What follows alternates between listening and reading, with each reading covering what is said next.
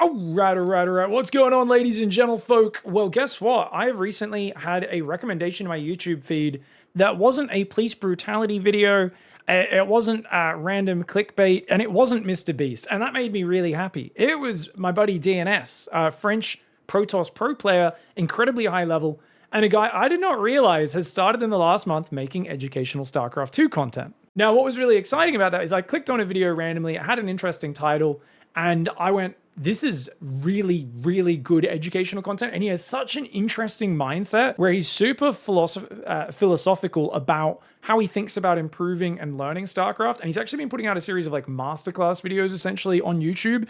And I really enjoyed this video I watched. I saw this title and I figured, let's watch this with you guys, because this is a topic which always comes up.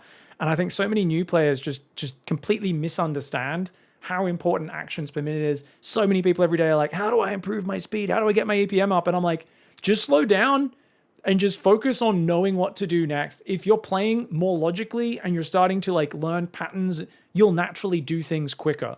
The only time you want to actively focus on playing faster in StarCraft 2 is if you're like someone who is very slow with the mouse and keyboard in general, you don't have any competitive gaming background, maybe you've only played turn-based games or you've never played video games and you're just really slow with the mouse and keyboard, then maybe you could put a bit of focus into like consciously improving it. But there's so many people who are always asking this and obsessing over that number, and I think it's a little bit silly. So I'm really curious to hear DNS's take, because every time I've clicked on one of his videos previously, I've always thought I've known what he was going to say, and then he's always come at it with a bit of a fresh take. So let's hear what he has to say. Watching professional players can often make the casual player feel overwhelmed with the speed at which they're playing. They can come to the conclusion that they too need to play at insane speed to be able to win games. But in reality, you can get away with playing far slower than you think if you understand certain principles. And this is what we'll learn today. The amount of actions per minute that professional players can perform can sometimes be amazing to watch, but what's most interesting is what actions are actually being performed. As you can imagine, not every action is created equal. I mentioned in previous videos the idea of hierarchy and that having a build order that's optimized or having a decent enough macro at the very top of that hierarchy. That's absolutely important. And this is kind of like StarCraft in general. He's saying hierarchy, right? So an order of what's most important. I often give the example of StarCraft getting better at it is basically improving a shopping list. So you have things that you need to buy first at the top of your shopping list, like I don't know, rice, bread, milk, whatever, like your essentials, some meat, some fruit and vegetables.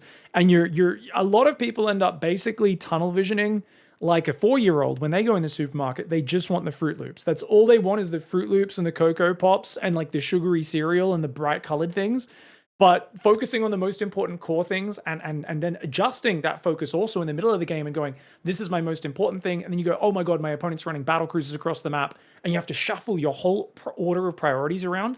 Your ability to kind of do that quickly in-game is really important, but also just overall in terms of learning and saying, hey, I don't need to obsess over learning the reaction to everything and fancy micro. First of all, let's just get my basic build order and macro down, and then we can work on the other things later. When we watch a pro game, we get hooked by the fire of the action. We see Marines being splitted, Stalkers blinking back, and Medivacs picking up units. What we don't see, on the other hand, is the perfect macro at home. Upgrades being researched, Marine Marauder always being produced, new barracks and add-ons being made. The oh-so-fast first-person view can be mesmerizing to watch, but we sometimes fail to really understand what's truly going on. Because our eyes are fully focused on the heat of the action, we tend to believe that if Clem, MaxPax or Serral control the army or multitask the way they do, then you need to do the same to get results and improve. The thing is, it's a bit more complex than that. In reality, these guys apply the principles I'm talking about. They have an unbelievably sharp build order.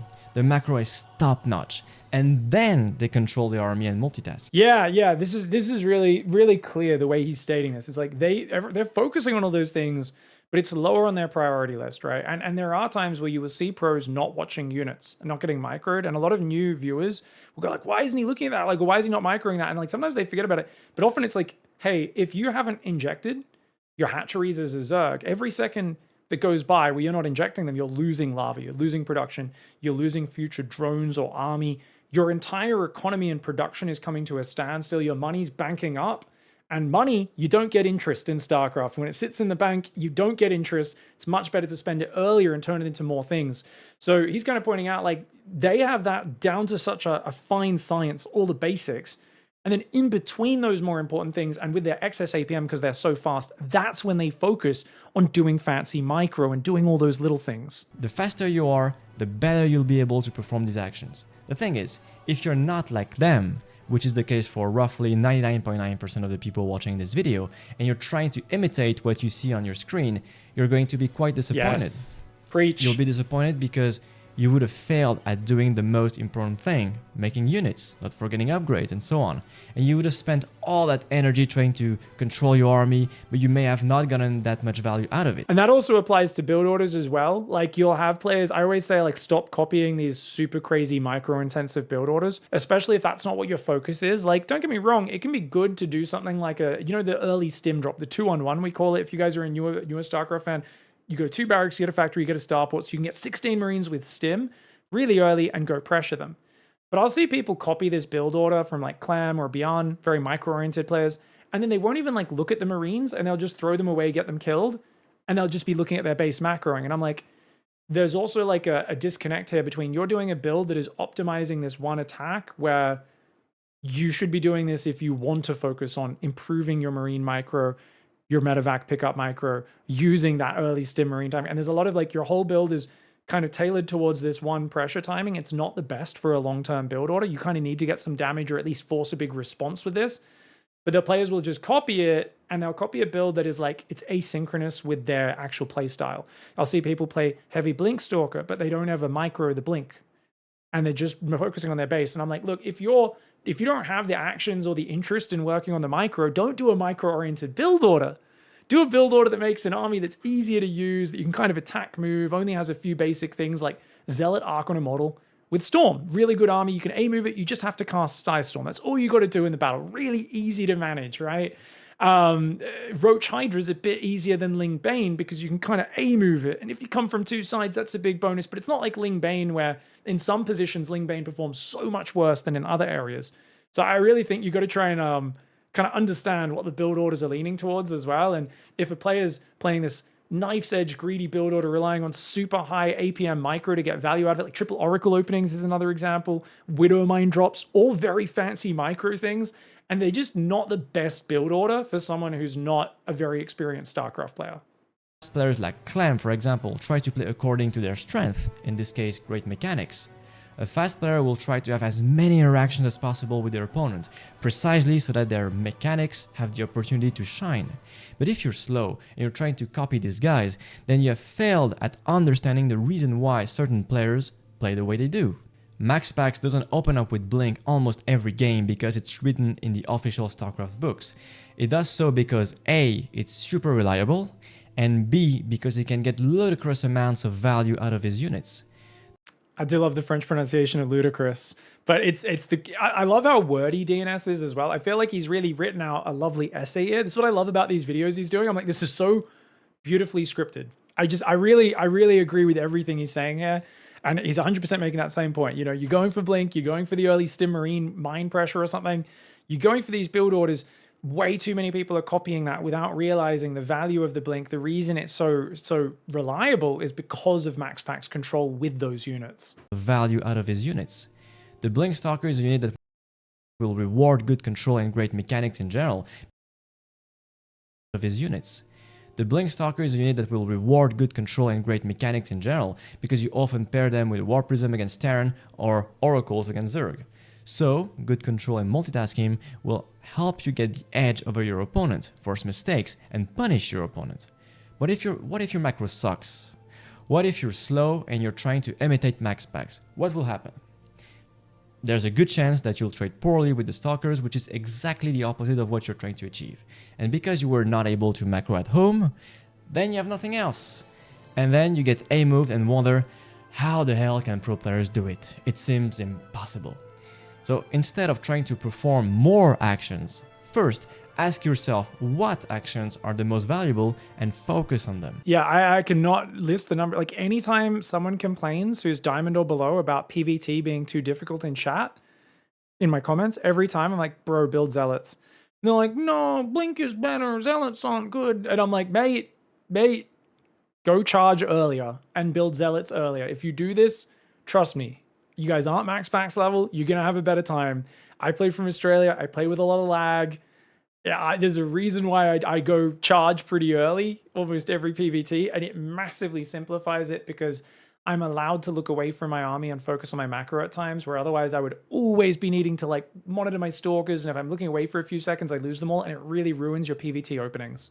So I think Blink can be good in PvT, and I think it can be a solid opening, but I think people, if you're going to do it a bit more conservatively. You know, there's too many people who are way overcommitting to stalkers and just not getting value out of it. Once you've managed to do the basics well enough, then you can try to press the throttle a little harder and try to play faster, but not before. I think this also lines up. This is my order when it comes to learning a new build, because I was learning some new builds today. Do the build order the same way every game. Try to focus on the same order. Don't adapt to the map. Don't adapt to the opponent. Once I have the order down, so it's a bit natural, I know that this comes, then this, then this, then this. What you know. Otherwise, it's like trying to recite an alphabet before you've learnt the order, right? You're like A, B, C, D. One of my real life friends the other day, we were setting up the Catan board, and you know, with the letters to randomize the start, you're meant to do it in alphabetical order doing in a ring. My friend doesn't know the alphabet song. This is the funniest thing ever. And essentially, if you're trying to go straight to the micro and the multitasking without learning the basic macro and build order first, it's like my friend. He got to like LMNOP, and he's like, no. Q? I think is Q after M? And I was like, no. I was like, bro, have you forgotten the English alphabet? Anyways, don't be a StarCraft player who's forgetting the English alphabet in the middle of your games. It's bad. Don't do that. Skill pro players need to beat one another far exceed the ones that you need to improve. You don't need to have 1,000 APM to get better and win games. Before trying to perform more actions, it would be wiser to know what actions to perform first. What is the priority? What brings the most value? These are better questions. When you're in game, ask yourself if a move is that valuable or not. Is spending 20 seconds of your attention span to kill one Probeater Reaper really worth it? If you were macroing at home in the meantime, then yes, for sure. But if you killed one probe, but forgot to make 2 SCVs at home in the meantime, do the math, and you'll notice that you actually dealt more damage to yourself than to your opponent. Self-damage, exactly. Okay, this is exactly a concept. I haven't talked about this for a while. I used to do a lot more coaching, a lot more educational content, so I haven't talked about this in a while, but that is exactly the point. And there is a point of diminishing returns. So this is something I teach a lot with Terran, but I don't teach it as much with Zerg and Protoss, because Zerg and Protoss don't have as many well, they do sometimes, but not as many moments in the game where, like, you know how Terran will often be the one dictating. You open, you send your Lib in, you send your Hellions in at the same time against Zerg. You send your Widowmine drop in, or you do a Marine drop in the main, you run Hellions in the natural against a Protoss as well. There's these moments that are pretty consistent where you run in with your Reaper Hellion and you try to do damage. And they're very set in your build order, they're very repeatable. So from even a very low level, even at like Gold League, I'm often already coaching Terran players on this idea that what you want to do is when you're getting ready to pressure, don't just click your units into their base across the map, because you might be in the middle of doing some macro, and then your units are in their base and you're like, oh crap, I'm not ready to micro them. So that's bad. But what's equally bad is if when they do go in and you give them that attention, you stare at it for too long. And I always tell people, so what happens? Let's imagine you're going in, you're going to run in with 6 Hellions and try to kill some drones. Let's say what you want to imagine is you want to have a sort of alarm bell in the back of your head going off saying, the longer I stare at this, the more damage I'm taking at home from not focusing on that. And I tell people basically, so you get your Hellions ready outside the base, you finish doing some extra macro before you focus on it, queue up some more depots, queue up extra SCVs. So number one, you're preparing to focus on the micro by adding extra macros so that your economy keeps pumping. Your most important tasks like queuing up SCVs, depots, Marines, whatever, is gonna be queued up behind it. And then you focus on the Hellions. And you can be getting a few drones dancing around, killing some Zerglings. You could be doing some stuff. But once you've been staring at those Hellions for 30 seconds, the SCVs are no longer building. Your depots have stopped building. You've hit a supply block. You need to start upgrades. You need to swap add-on buildings around. All these things are happening. This is the same for Zerg and Protoss as well. So if you're staring at it 30 seconds in and you're taking that damage at home, it's only worth continuing to stare at it if you're doing a lot of damage. So often what I'll see is someone has 1 Hellion left in the base and the Zerg can't quite shut it down because they've only got queens, but the Terran spends an extra minute running a Hellion in circles around the main base. And they're not killing a single drone. But they're like, ha, ha, ha, you not killed my Hellion. And I'm like, the amount of damage you're doing in that extra 30 seconds of microing that Hellion is so damaging because you've got so much minerals that's just stuck in the queue. You might think you're macroing because you're selecting your barracks and building Marines, but there's so much money in the queue. It's really hurting you. So as the longer you focus on micro or harassment or a pressure, the more damage you need to be getting for it to be worth it. And I often encourage players, if you've already focused on it on 20, 30 seconds, say your Hellions in a mineral line killing drones, the lib's sieged up in the main, depending on your APM, especially lower APM players, I'll say just shift click your Hellions on some drones, tell the lib to siege. You've already spent 15, 20 seconds microing doing this. Go home and just macro. Don't look at it anymore. And this is a concept that is like a light bulb turning on in people's brains. When they first get this down, where they go, this is done enough, I'm going to go spend my money and do the next step in my build. And whatever these units end up doing, extra damage there, that's fine. But I'm not going to spend any more actions on it. And that is like, it's an eye-opening moment because when you have the discipline to do that and just focus on your next step, you will find you don't need to do much damage with your harassment or with your micro because your macro is so much better. Your follow-up is so much more solid behind it. And I love that he's talking here about basically this idea of you're going to do too much self-damage the longer you stare at something that isn't your base management. Solitude says, meh, how you don't understand a simple thing that speed is required not only in StarCraft. When you try to apply it to StarCraft, saying about orders tactics, you do the first and essential mistake. If you need to improve, get APM first. Okay, so you think you should be fast at clicking. I'm curious on your viewpoint, Solitude. Can you tell me, so you think you should basically just train to be fast first? You can do build orders later. Now, don't get me wrong. I think at the very, there's a nugget of truth here. Well, I disagree overall.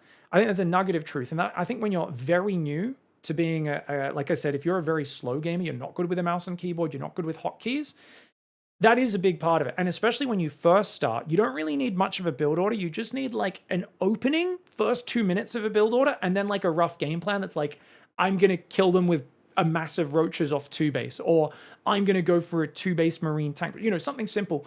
And then you just focus on learning the hotkeys, making sure you're not clicking in the command card, getting down just the cycle of moving between different actions. And yeah, you want to try to be relatively quick at doing that. And you want to focus on those mechanical basics and getting up to a certain speed before you obsess over, do I get my engineering bay or my 3rd barracks first? Doesn't really matter, right? Because you're just learning the basics there. So if you've got any more points on that, I'd love to hear them. But I think learning build orders and learning to do things in the correct order actually makes perfect sense, because the more you naturally know what to do next in a logical sense, that's a build order, the more each action is worthwhile and logical and therefore an effective action.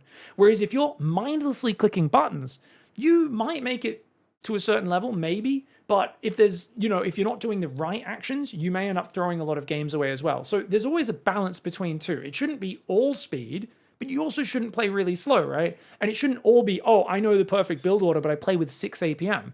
It's always a balance between both. You don't need basics. We tried this on WCG already. Do you remember WCG? What are you talking about? Yeah, I remember World Cyber Games. Yeah. A guy played StarCraft, switched to AoE, and won it the same year after a few months. Yeah, at the beginning when no one knew how to play real-time strategy games. Yeah. A guy who's a very quick learner and already is good at RTS could carry over some of his skill to Age of Empires. That's cool. Who was this, by the way, Solitude? I haven't heard of this. But I mean, it doesn't mean he didn't have basics. It meant a lot of his skills carried over from one game to the other. Both his speed, his skill, his understanding of RTS fundamentals, and he was probably a very quick learner. Like if you've ever seen Scarlet pick up an RTS, she picks up new RTS so quickly. She's a very quick learner. She's got amazing RTS basics, RTS fundamentals. She got really good at StarCraft 1 really quickly. It was like awesome to watch. I mean, I don't think that proves you don't need basics. I think that just proves that guy's really good at games, and he got really good at learning a bunch of basics and then probably some really good all-ins, I would imagine, very quickly. There's a balance. Part of that does well. Like there's 2 extremes that I absolutely struggled, and I've coached so many players in StarCraft 2. There's 2 extremes that I really struggled to coach. One of them is players who are so slow and they just can't get faster, and I'm like trying to give them drills and I'm like, come on, click faster, cycle through your hotkeys. And I've coached so many people over the years. Some of them just can't get above like 80 APM, no matter how much we coach and how many like optimized mechanics I give them. They're just really slow at using the mouse and keyboard. And there's just always a delay where like they move their mouse and then they think about clicking. And I can't quite close that barrier.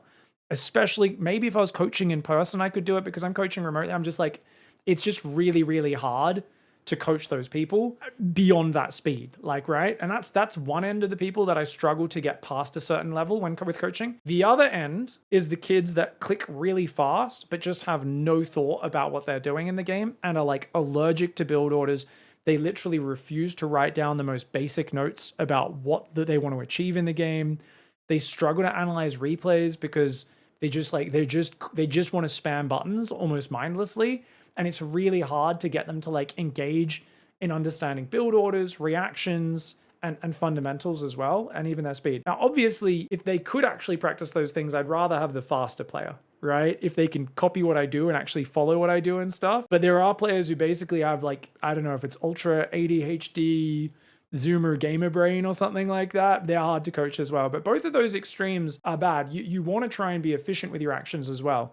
But there's so many players who get to diamond with the fast spamming clicking, and they never get better at actually learning the fundamentals of the game. They don't understand economy versus army versus tech and upgrades.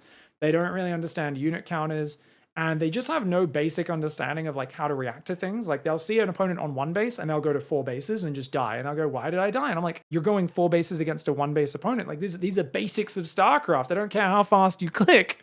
A 1 base all in is going to beat a guy trying to rush 4 bases. Like these are basics, man. Organized urgency. You still want to play fast. You still want to realize speed is key. Timing is everything in Starcraft in real-time strategy. But you've got to be organized about it. And it's about balancing those two things. Moving around with a Reaper and killing stuff gives you the impression that you're active and doing things, while pressing the SEV or Pro button twice doesn't really give you the impression, yet the latter is actually the most profitable action. Now if you can do both, then... I thought he said ladder, he meant latter, the ladder. Macroing is the more profitable action. Just in case you guys are struggling with his accent, because my brain just had to do a double take there. Hope you guys don't mind me translating the French accent. That's great, that's wonderful. But don't trust your feelings too much and look at the numbers. Emotions can lie, numbers never do. So don't get trapped in the feeling that you're out multitasking, clicking everywhere and achieving things. A classic example of this was some Terran players back in 2017, I think. He would rage quit and tell me, Protoss is a joke, I completely out multitask you. And I'm like, bro, you shift clicked medevacs to their death, sent a Liberator in my Stalkers, and traded poorly at the front. So how the hell did you out multitask me? The reality is that he had the feeling of accomplishing things because he was super active and clicking everywhere. But what was he really getting in return? That guy probably also floated his buildings after that as well. Sounds like a cool guy he was playing. All fairness, those actions provided negative results. Like, it would have been even better for him to not do anything, funnily enough. You did a multi-prong attack. Cool. Did you trade positively? Did you get what you were looking for? Or did you just randomly send units everywhere to feel like a pro? Every time you send a drop, you attack somewhere or anything of that sort, ask yourself, what did I get in return? Was it worthwhile? Most of the time, sticking to the basics like macro or religiously following your build will make it seem like you're not doing much, but in reality, you're performing the right actions that actually give you results. I remember having this moment when I was struggling in TVZ really hard, and I remember thinking, I've got to micro my Hellions on the edge of creep, I have to micro Banshees or a Liberator around, and I've got to do so much macro at home while stopping Ling Run buys, and I was like, this matchup is just impossible, it's ridiculous. Like, otherwise creep gets across the map and blah, blah, blah. And I remember I watched like a Cure game, and he literally just like, he maybe cleared 1 creep tumor with 2 Hellions and a Reaper, just sat the rest of his 6 Hellions at home. His 2 Banshees like killed 3 drones, but his macro was perfect. And he just pushed out with an 8 racks and killed a top Zerg. And I was like, what? But you didn't deny the creep all game and you weren't multitasking really hard. And I was like, oh, like as a guy who's not good at multitasking, I was trying to play like Clem. I was like, this is how Clem plays. I got to do the thing Clem does. And obviously I should have been copying a slower pro like Cure and just hitting good macro, a little bit of harassment, but don't overcommit to it. Don't get stuck in this tunnel. Like, I got to do all this. I got to do this. And actually just had really good macro and hit a good timing attack. And it kind of made me remember, you know, I don't have to play StarCraft in a way that I don't want to as well, where like I'm just spamming, clicking, and trying to overwhelm my opponent with raw actions. Meantime, being out of breath because you're all over the place will make you look like a phony more than anything. So stick to the basics first. Here's an example. If you have a timing attack in mind, try to hit harder and earlier. If you generally send an oracle but it never gets anything done, then stop doing it and replace it with more diligent macro. Or send it, but don't focus too much on it, just scout around and that's it. Only look at it when you know you can get really something done. Like if you see a defenseless mineral line, then it's worth spending the time and attention on it. That's a good point. It's just about learning to pattern recognize. It's like people often go for like a glaive adept timing and they try it once or twice and they just run into like roaches and banelings and lose it and they're like, this build is bad. And I'm like, well, no.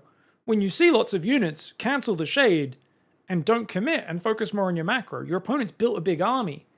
You don't need to do damage. And they're like, but I'm committed to all these adepts. I need to go kill drones. And I'm like, mate, your opponent's got 12 roaches. He's sitting on 40 drones. You're on 45 probes. Like, you don't need to commit here. You've already got the response, you know? Like, calm down. And that's what he's saying. He's like, go for the oracles, but if there's spores and queens everywhere, don't just stare at them the whole time. Be like, I need to kill drones. I need to kill drones. Focus on something else. And that clarification is really important because there's a comment in chat that says, well, just sit at home and spend your money is the exact... Sorry, where's the comment? Don't do cool things, sit in your base, just macro. This is exactly the design problem modern RTS games need to solve to make the genre relevant and fun again, says Joseph Prov in my chat. I do agree with you to a certain extent. Don't get me wrong though, this even in old school RTS like StarCraft 1, and this is always the push and pull, is focus on this or focus on that, only focus on the things that give you value. Now, I do believe StarCraft 2 macros up way too fast. I do think, and I've talked a lot about how that can potentially be solved by making expanding cost a bit more, and I do think it's in the interest of the gameplay for most players for it to stay in kind of the skirmish early to mid game phase for a lot longer, where you can have those very manageable fights before it just goes to these giant battles that StarCraft 2 rushes to. But he's not saying just sit in your corner. He's just saying be a lot more discerning about choosing when to commit to your micro and realize that it comes at a cost. Don't just do things without realizing the APM cost that could be spent elsewhere. There's essentially what he's explaining is you need to be doing a cost analysis on your attention in the game. And that's something you want to learn to improve. If you see a spore clotter, don't bother. And it rhymes. I'd recommend you only force yourself to increase the pace and speed at which you're playing when you're really comfortable with your strategy and build orders. If you're still forgetting structures or get supply blocked all the time, fix that first and then later think about playing a bit quicker. First things first. So what does it look like in an average game? Getting your warp in cycles every 20 to 25 seconds or your injects, making sure you start an important unit like your Colossus, Ghost, Vipers or whatever, will give you far more results than trying to do your best Clem impression. Even Clem and Raynor are kind of famous for being some of the fastest players in the world. And these guys are famous for forgetting key upgrades and key tech and being late on it. Like Raynor's gotten really better in the last 2 years at remembering to use his hive. The number of times I've watched Raynor 2 years ago get a hive and do nothing with it for like a minute and a half. Even if he was planning to go Broodlords, he just forgets to start his Greatest Buyer because he's running Lings around. And I'm like, don't get me wrong, these Lings are doing really well, but 60 seconds on a Greatest Buyer delaying your Broodlords or delaying your Lurker upgrade is so game-changing. And so even at the highest levels, players are prone to forgetting key things. Clem forgetting concussive shells for like a year straight in every big tournament. You know, and it's so big because he's got his Marauders out. They're not slowing down the enemy units and it's really hurting him. It's a good reminder. Even the pros struggle to balance this. It is not so much the feeling of doing a lot that matters, but what you get in return out of the actions that you take that does. If your APM is super high compared to the people you play against, and yet you can't seem to beat them, then there's a good chance that your problem is not the speed at which you're playing, but rather the decisions you're making. It's very easy to fall into the trap of thinking you're better than them because you're quick, or supposedly. But in reality, if you're quick to perform the wrong actions, then it's only making things worse for you. I always admire really low APM players. I run into them at GM a bunch, where I always go, like, there's always a moment where I go, this guy's bad. I realize partway through the game, they're just not good at multitasking, and I can kind of pick them apart with good tactics. But then I get to the end of the game and I realize this guy's like similar MMR to me, and he's playing with like 130 APM, and I'm like, oh my God. And then I always get like a renewed respect. I'm like, this guy is playing at like a third of my speed and is like very competitive with me. And there's always like they've really adapted their play style to get the maximum value with the lowest actions. And it's always super impressive when players are able to do that. I'm always just like, damn, like you actually have really thought about where you can get the most value with your speed as a player. Obviously, they'd get more value if they learned to multitask as well. But I don't know, they're probably not practicing nearly as much as me. I'm imagining they're people who come home after playing RTS for 20 years, but don't actually have that much time to practice the crazy mechanics. So they try to have a bit more cerebral approach. Note that the rapid rate of your keyboard can also drastically influence the APM count that you get. If your rapid rate is off the charts, then simply pressing the Zergling button for 2 seconds will make your APM spike to 2000. So obviously the APM count you see at the end of the game will be quite deceiving. Speaking of which, if you do not use rapid fire settings or you do not know what it is, I strongly recommend you to check it out. I'm sure you can easily find tutorials or guides on Reddit or YouTube. This will enable you to warp in units like 10 zealots at once without even clicking, or cast tons of ghost snipes or ravager biles instantly. It's life-changing. Once you tried it, you can never go back. And I can't echo this enough, guys. Rapid fire is game-changing. I should remember to put links in the video for this after. If I forget to put them in the description or down below in the comments, guys, just go and check. Go to my Twitch chat, !rapid, links a whole bunch of videos on how to set up rapid fire. Pretty easy to find, and it makes a world of difference. I remember Petit Drogo refused to set up rapid fire for a few years into Legacy of the Void, and like in 2018 or something, he finally set it up, and he's like, man, I was a freaking idiot. He's like, what the hell? I've been wasting so much time shift-clicking zealot warp-ins when I could have just held the button down and waved my mouse and done it in a fraction of a second. And I'm like, yeah, bro. There's a lot of like, you can even change the repeat rates on your keyboard and stuff like that. I talk about the basics of how to do that at the start of my Bronze to GM episodes, so you guys can also find the info there. But these sort of things do inflate your APM quite a lot. Like often people want to see like a sub 100 APM challenge. And I always explain to people that like, if you're using things like rapid fire, optimized mechanics, often you're just holding a button down and it'll massively inflate your APM. So going below 100 APM with efficient mechanics is actually really hard. And it'll make you play faster too, because you'll be able to cast spells or warp in faster in less time while pressing less buttons. So rapid fire it is, my friends. There's also a good chance that you're required to be fast to deal with certain scenarios. Not because you're good, but rather because you fucked up somewhere. So let me explain. Imagine your minimap is blinking in red everywhere. Army in the front, run by, drop in the main, you're overwhelmed. Then you split units everywhere, warp in an emergency, and somewhat defend on every front. You were fast, cool.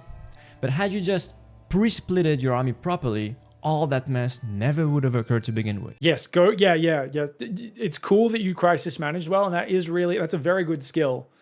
But also still look at the replay after and go, hey, how do I stop getting in that situation in the first place? Don't let it cover up your mistakes. You placed observers, overlords, and spotters on the map to see all of that coming.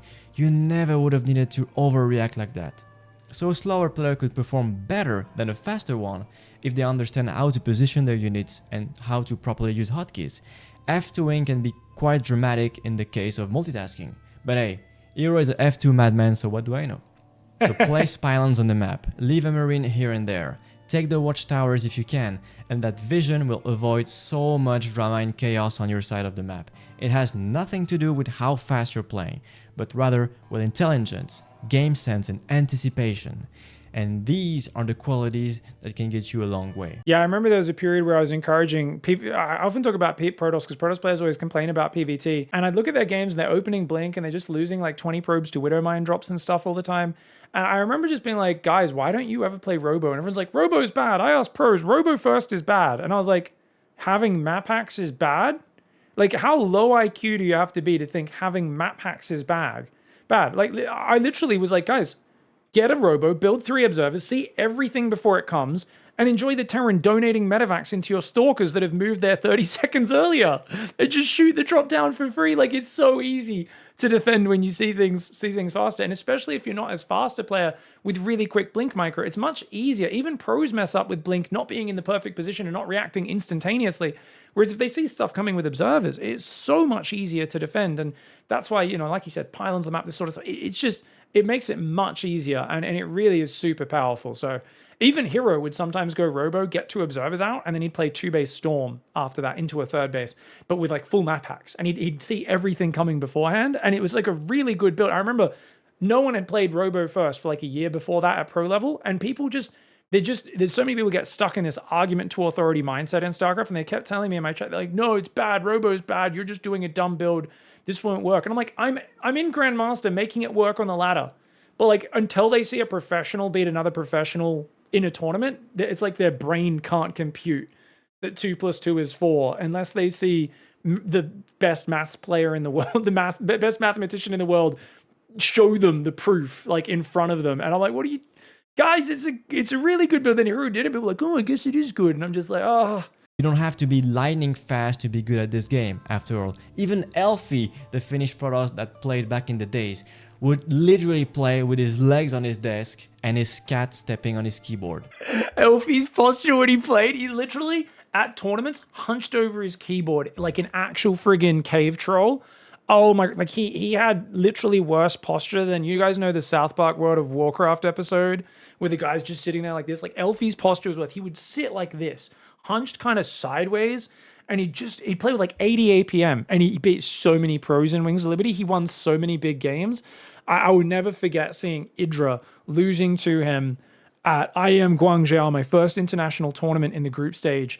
And he got Phoenix in between his rallies and kept picking up the Hydras as they popped out one at a time. And Idra's face turned bright red. He was so angry. It was hilarious. I remember watching it with Demago, and we were watching, and we're just like, man, he really just needs to like build a spore crawler there and like change his rally points for his Hydras and get a bunch together before he goes in.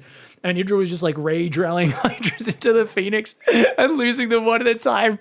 And Elfie's just sitting there on the other side of the stage with like 1/5 of his speed, just killing him. And Idra was so mad after that series. It was so funny. He ended up winning that tournament later on after losing to Elfie in the group stage, but Elfie was a legend, man. Smart decisions and solid fundamentals can really compensate a lot for lack of speed in StarCraft 2. Speed only starts to really matter at the higher echelons of the game. So if you're a diamond and you think APM is your problem, then you're most likely mistaken. It sure helps, but it's probably not the reason why you're losing.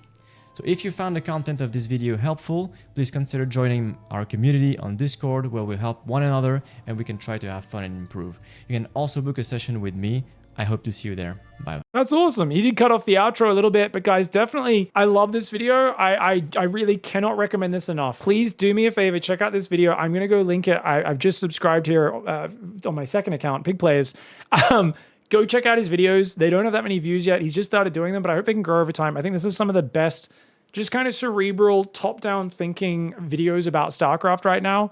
And I'd really love to see him get more views. So give him some love. Shout out to DnS. And yeah, if you guys didn't mind that, we might do a few more of these react videos to some of his kind of like little video essays, because I think it's really interesting to talk about these topics and kind of remind people of all of the pitfalls that they fall into when you're playing this fast-paced multitasking game. There's so many mental traps you can fall into, and there's so many ways you can make the game harder than it needs to be. And that's for all of us. Pros do this all the time. I do this. And that's why we need to, as a community, when you're struggling, go out there and talk to other people and watch videos and kind of try to get distance from the problem so you can kind of rethink the fundamentals and get back in control. Thanks heaps for watching, and thank you, DNS, for starting an awesome YouTube channel. We'll see you guys next time. Goodbye and good night.